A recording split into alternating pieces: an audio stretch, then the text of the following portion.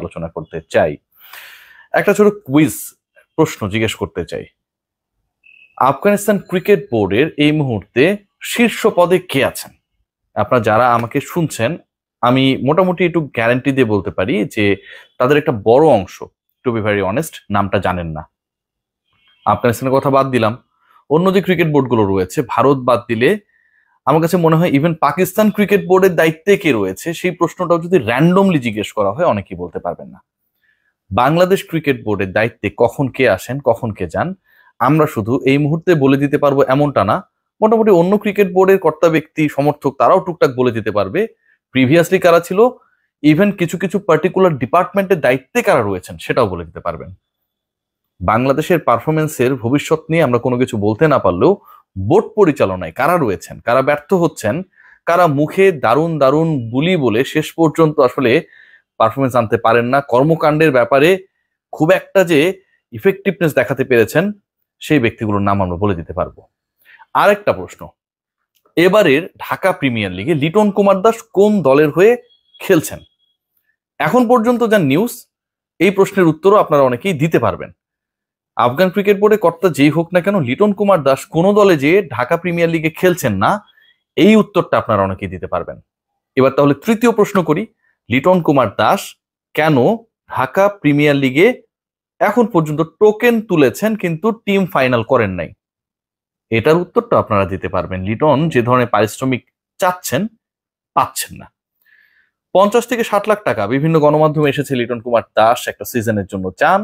দলগুলোর অবস্থা ভালো না, অনেক ফাউন্ডার যারা এই দলগুলোর সাথে জড়িত সেই পার্টিকুলার পার্সনস গুলো নেই এবং দলের টাকা কমে গেছে। ক্লাবের এই নিম্ন রেঞ্জেই অন্য সব ক্রিকেটার খেলতে রাজি হলেও লিটন কুমার দাস 50 লাখসের নিচে খেলবেন না। আরেকটা প্রশ্ন করি, প্রশ্ন নাম্বার 5, বাংলাদেশে 50 ওভারের টুর্নামেন্ট কয়টা হয়? উত্তরটা হচ্ছে আপনারা সবাই জানেন, একটাই, ঢাকা প্রিমিয়ার লিগ। প্রশ্ন নাম্বার 6, আফগানিস্তানে 50 ওভারের টুর্নামেন্ট কয়টা হয়? লিস্টেড টুর্নামেন্ট মোটামুটি 7 থেকে 8টা হয়। এই উত্তরটা অনেকেই জানেন না, ইদানিং জানা শুরু করেছেন। সৈয়দ আবিদ হোসেন সামি তার ভিডিও সেই ব্যাপারটা নিয়ে কথা বলেছে। আফগানিস্তানে 7 থেকে 8টা টুর্নামেন্ট হয়, বাংলাদেশে হয় একটা 50 ওভারের টুর্নামেন্ট। ওই 50 ওভারই ক্রিকেটে আন্তর্জাতিক দল থেকে বাদ পড়েছেন যেই ক্রিকেটার, সেই তিনি একমাত্র 50 ওভার্স টুর্নামেন্টে তার কাঙ্ক্ষিত টাকা পাবেন না দেখে খেলবেন না। এবার চিন্তা করে দেখুন আমাদের আসলে প্রায়োরিটির জায়গাটা কোথায়। আফগানিস্তান 7 থেকে 8টা টুর্নামেন্ট হয়, ক্রিকেটাররা চেষ্টা করেন সবগুলো টুর্নামেন্টে খেলার এবং ইয়াংস্টাররা, ফিউচার স্টাররা, ইমার্জিং স্টাররা সেখান থেকে উঠে আসছেন। কিছুদিন আগে আমরা যখন দেখলাম রঞ্জি খেলার জন্য বিরাট কোহলি গিয়েছিলেন, পুরো মাঠ এমন লোকে লোকারণ্য হয়েছিল, ঘরোয়া টুর্নামেন্ট কিন্তু, শুধুমাত্র কোহলিকে দেখার জন্য। কোহলি কি সেই পার্টিকুলার টুর্নামেন্ট, সেই পার্টিকুলার লিগ থেকে কত টাকা পেলেন সেটা হিসাব করেছেন? নাকি তার টার্গেটটা ছিল নিজেকে ঝালিয়ে নেয়া, অন্যদের উদ্বুদ্ধ করা? বিসিসিআই টার্গেট ছিল সুপারস্টারদেরকে ঘরোয়া ক্রিকেটের মাঠে ফেরানো। বাংলাদেশ ক্রিকেট বোর্ড চিন্তা করতে পারেন কতটা অথর্ব। লিটন কুমার দাসরা যখন টাকা নিয়ে বার্গেইন করেন, খেলবেন কি খেলবেন না এই ডিসিশনটা যখন ঝুলিয়ে রাখেন, যখন মাঠে নেমে খেলা, প্র্যাকটিস করা, রানস করা, জাতীয় দলে ফেরার লক্ষ্যের থেকে কত বেশি টাকা কামাতে পারি সেটা বড় হয়ে ওঠে। বাংলাদেশ ক্রিকেট বোর্ড একটা টু শব্দ এখন পর্যন্ত করে না। বিসিসিআই যখন বাধ্য করে ঘরোয়া টুর্নামেন্ট খেলতে তাদের সুপারস্টারদের, বাংলাদেশ ক্রিকেট বোর্ড সেখানটায় সুখ লাভ করে বিসিসিআই কর্মকর্তাদের সাথে। মোটামুটি রয়্যাল বক্সে কিছুক্ষণ আড্ডা দিতে পারলেই ভাবা যায় বাংলাদেশ আফগানিস্তানের পার্থক্যের জায়গাটা এখানটায়। বাংলাদেশের কর্তা ব্যক্তিদের সাথে আফগান কর্তা ব্যক্তিদের পার্থক্যের জায়গাটা এখানটায়। এবার আরো একটা ইন্টারেস্টিং ফ্যাক্ট আপনাদের সাথে আলোচনা করব এবং এই আলোচনাটা আমার কাছে মনে হয় যে খুবই প্রাসঙ্গিক। দেখুন, একজন ক্রিকেটার বাংলাদেশের হয়ে বাংলাদেশের জার্সিতে যারা খেলেন, তারা একটা ম্যাচ খেলে, একটা ওয়ানডে খেলে, ইন্টারন্যাশনাল ম্যাচ খেলে কত টাকা ম্যাচ ফি পান?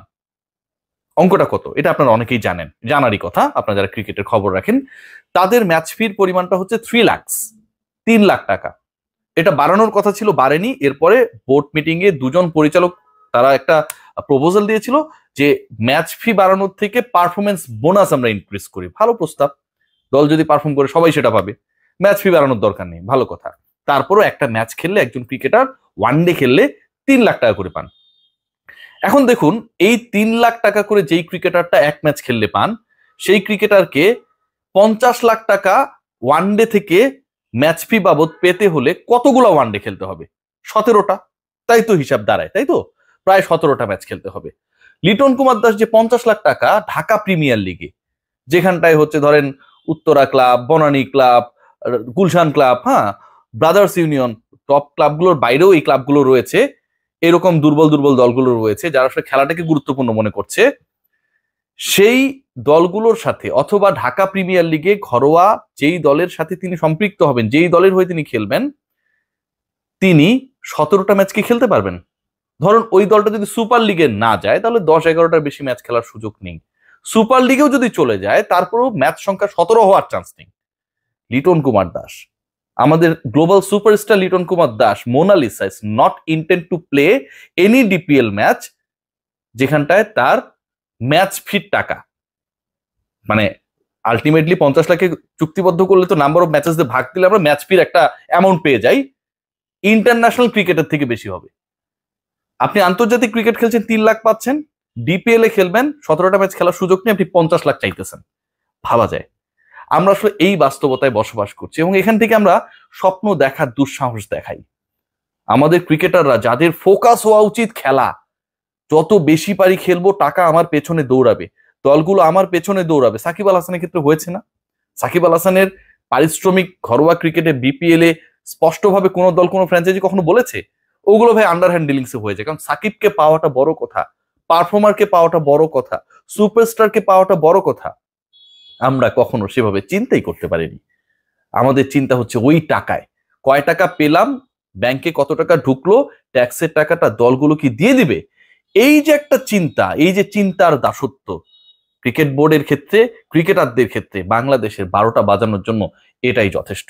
চিন্তা করে দেখতে পারেন, আমাদের 50 ওভারের টুর্নামেন্ট হয় মাত্র একটা, আফগানিস্তানে সেখানে হয় 6 থেকে 7 গুণ, এবং ভারতের সুপারস্টাররা তাদের ঘরোয়া ক্রিকেটে, রঞ্জিতে, দুলীপ ট্রফিতে নামতে বাধ্য হলেও বিসিসিআই তাদেরকে, তাদের মতো সুপারস্টারদেরকে, কোহলি রোহিতদেরকে খেলতে ঘরোয়া ক্রিকেটে বাধ্য করতে পারলেও বাংলাদেশ ক্রিকেট বোর্ড তার রাডারের মধ্যে থাকা টপ 20 যে ক্রিকেটাররা রয়েছে, যারা এই মুহূর্তে ন্যাশনাল টিমের বাইরে যে কোনো সময় ঢুকতে পারে, তাদেরকে পর্যন্ত বাধ্য করতে পারে না যে তুমি ঢাকা প্রিমিয়ার লিগ খেলো, টাকার কথা ভুলে যাও।